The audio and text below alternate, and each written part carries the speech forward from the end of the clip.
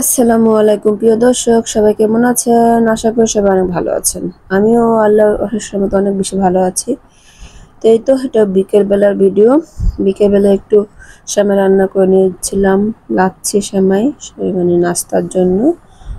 একটু চাটা নাস্তা করেছি। তো আমি সেমাইটা কিভাবে রান্না করলাম পুরো ভিডিওটাই শেয়ার করেছি আপনাদের সঙ্গে। দুধগুলো একদম ঘন করে জাল করে নিচ্ছি, নারকেল একবার সাথে দিয়ে দিয়েছি, আর একটু এলাচের গুঁড়া দিয়েছি দুধের সাথে, আর কিছুই দিইনি, আর চিনি দিয়েছি, ভুলে গিয়েছিলাম। চিনি, নারকেল আর হলো এলাচের গুঁড়া দিয়ে দুধটাকে সুন্দর করে জাল করে একটু ঘন করে নিলাম।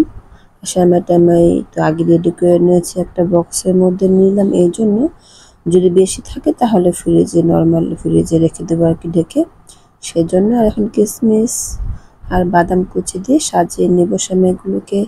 আর ঈদের সেমাইগুলো খেতে এত বেশি মজা হয়েছিল, তো অল্প অল্প করে, যেহেতু অনেক বেশি ছিলাম সেজন্য অল্প অল্প করে সব রান্না করেছি। তো সেমাই অনেকগুলি রয়ে গিয়েছিল, তো ভাবলাম যে যেহেতু এখন ফিরে আসি তো একটু সেমাই রান্না করে নাস্তাটা করি আমরা সন্ধ্যার সময় সবাই মিলে। তো এই তো সেমাই রান্না করে সবাই মিলে সন্ধ্যার সময় নাস্তা করেছিলাম। আর সবাইকে বলবো পুরো ভিডিওটা মানে ফার্স্ট টু লাস্ট পর্যন্ত সবাই দেখবেন। আশা করি সবার কাছে অনেক ভালো লাগবে। আজকে কী করবো সব দেখাবো। ভাতটা বসাই দিলাম, তারপরে এটা হলো তরকারি রান্না করে নিলাম। এটা হলো মাথার যে চামড়া থাকে না, সেই চামড়ার মাংসটা আমি সুন্দর করে আজকে বিকেলে ঈদের গরুর যে মাথা চামড়া থাকে সেই চামড়াটা আমি ঈদের মধ্যে যে ফ্রিজে মানে ছিল ওটা ফ্রিজে রেখে দিয়েছিলাম। তো আজকে ভাবলাম সেটা একটু রান্না করে নিই।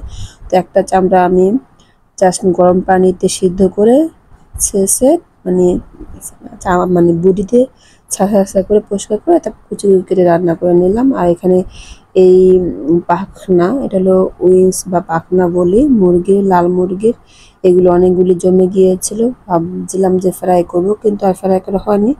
এখন শুক্রবার জন্য একটু ভুনা করে নিলাম।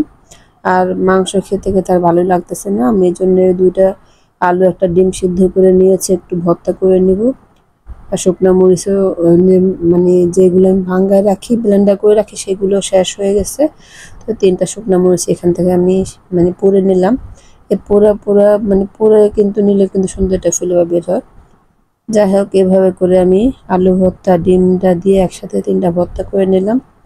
মানে খালি আলু ভর্তা খেতে ইচ্ছা করছে না, আর তাই একটা ডিম সিদ্ধ করে দিলাম। সাথে ডিম সিদ্ধ দিয়ে আলু দিয়ে আর সরিষার তেল সুন্দর করে মেখে ভর্তাটা আমি করে নিব। এই ভর্তাটা খেতে কিন্তু দারুণ হয়, খুবই ভালো লাগে আমার কাছে গরম গরম ভাত দিয়ে। আর গরুর মাংস এতদিন তো আর তেমন একটা রান্না বাড়া তেমন হয় নাই, দৌড়াদৌড়ির মধ্যে আছি। আর গরুর মাংস খেতে খেতেও ভালো লাগছে না। আর এখানে মজক ছিল অর্ধেক, সেই অর্ধেকটুকু মজক আবার রান্না করে নিলাম, সুন্দর করে ধুয়ে পরিষ্কার করে নিয়েছি। এখন কুচি কুচি করে কেচি দিয়ে আমি কেটে নিব। এরকমভাবে কুচি কুচি করে কেটে একবার কেটে নিলে ভালো, না হলে পরবর্তীতে চামচ দিয়ে মানে একদম ভালো লাগে না আমার কাছে গোটাগুটি করতে। তাই একবার কেটে নিয়েছি। পেঁয়াজগুলো হালকা ভাজা ভাজা করে আমি আদা রসুনের পেস্ট দিয়ে দিলাম। আর এখানে পরিমাণ মতো সব ধরনের মশলা, হলুদ গুঁড়া, মরিচ গুঁড়া দিব, তারপরে দারচিনি, এলাচ গুঁড়া, সমস্ত মশলা গুঁড়া, তারপর হলো জিরা গুঁড়া, সব একত্রে লবণ দিয়ে একটু পানি দিয়ে দিয়েছি আগে। সবগুলো সুন্দর করে আমি কষিয়ে নেব। এখন দিয়ে দিব কাঁচামরিচ, দিয়ে দিলাম 2টা মাঝখানে কেটে। আর একটু ভাজা ভাজা করে আমি মশলাটা ভাজা ভাজা হয়ে আসলে এই তো এগুলো দিয়ে দিব।